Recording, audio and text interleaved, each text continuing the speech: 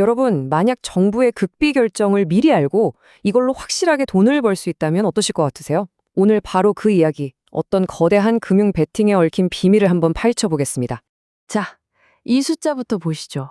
500%. 네, 500%요. 정말 믿기 힘든 어마어마한 수익률이죠.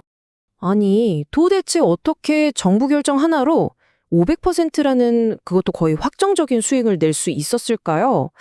이건 뭐랄까 거의 완벽한 베팅에 가까운 이야기입니다.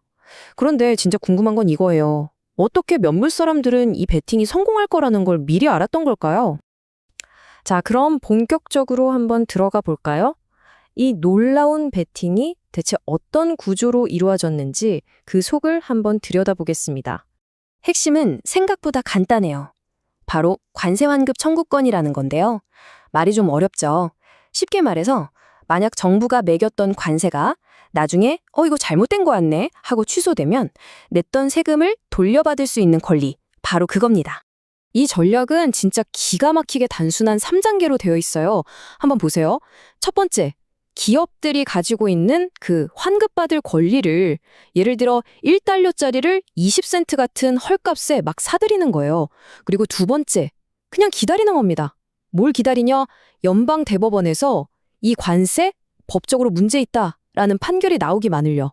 그리고 마지막 세 번째 단계, 만약에 법원이 진짜로 관세가 불법이라고 판결을 딱 내리면 그 20센트에 샀던 권리로 1달러를 고스란히 다 받아내는 거죠. 대박이죠? 자, 그럼 이 말도 안 되는 수익을 현실로 만들어준 결정적인 한 방은 뭐였을까요? 네, 바로 모두의 예상을 뒤엎은 연방 대법원의 판결이었습니다. 흐름을 한번 보시죠. 2025년에 트럼프 대통령이 캐나다, 멕시코, 중국에 어마어마한 관세를 부과합니다. 당연히 정부는 수십억 달러의 관세를 걷어들였죠. 그런데 최근에 갑자기 연방 대법원이 6대 3으로 이 관세는 불법이다라고 판결을 내린 겁니다.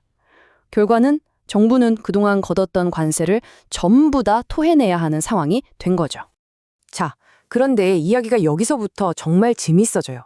왜냐하면 이 베팅이 우연이라고 하기엔 너무나도 기막히게 이 관세 정책을 만들고 집행했던 바로 그 사람들과 연결되어 있거든요. 이 환급 청구권을 싹쓸이 했던 회사가 어디냐? 바로 켄터 피츠제럴드라는 거대 금융사였습니다. 이들이 이 판의 핵심 플레이어였던 거죠. 자, 이제 그림이 좀 맞춰지시나요? 바로 이게 논란의 핵심인데요. 왼쪽을 보시면 현재 미국 상무장관 하워드 러트닉이죠?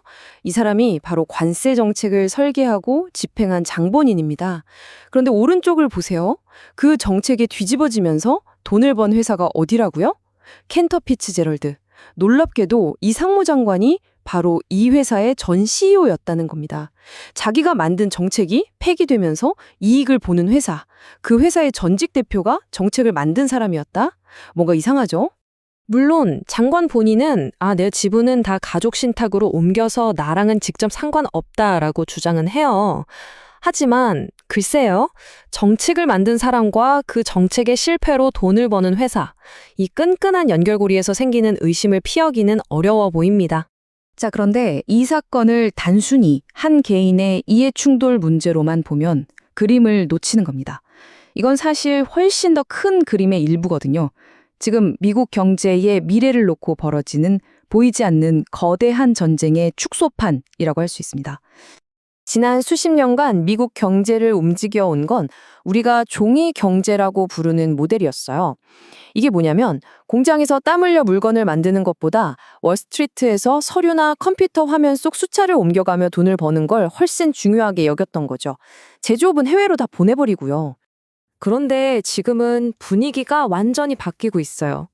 새로운 산업화라는 거대한 흐름이 생겨난 거죠.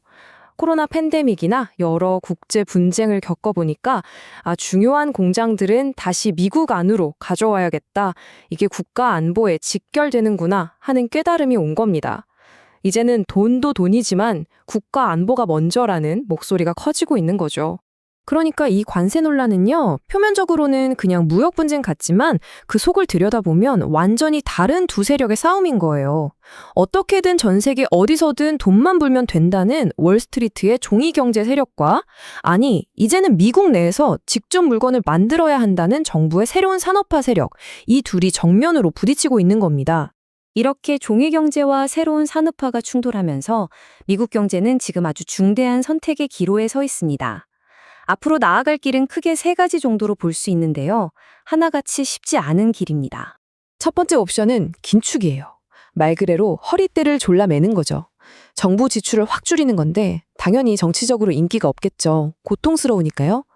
두 번째는 재정 지배라는 건데 이건 좀 과격해요. 그냥 돈을 더 많이 찍어내서 인플레이션을 일으키는 겁니다.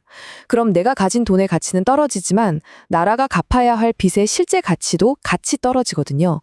빚을 인플레이션으로 녹여버리는 거죠. 마지막 세 번째는 달러 약세 카드입니다. 일부러 달러 가치를 떨어뜨려서 수출이 잘 되게 만들고 동시에 미국이 가진 금의 가치를 확 올려서 그걸로 빚을 갚아버리자는 아이디어예요. 자, 여러분이라면 어떤 길을 선택하시겠어요? 정말 어느 것 하나 만만치 않은 선택지들이죠. 결국 이 관세 베팅 사건 하나가 보여주는 건 단순히 누가 돈을 벌었냐의 문제가 아닙니다. 이건 거대한 제국이 자신의 경제 시스템 전체를 바꾸려고 몸부림칠 때 나타나는 일종의 진통 같은 거예요. 엄청난 혼란과 갈등이 생길 수밖에 없는 거죠. 그래서 이 모든 이야기를 관통하는 마지막 질문이 바로 이것입니다. 한 제국이 자신의 경제 체제를 근본부터 바꾸려 할 때 그 거대한 변화와 혼돈 속에서 진짜 이익을 챙겨가는 사람들은 과연 누구일까요?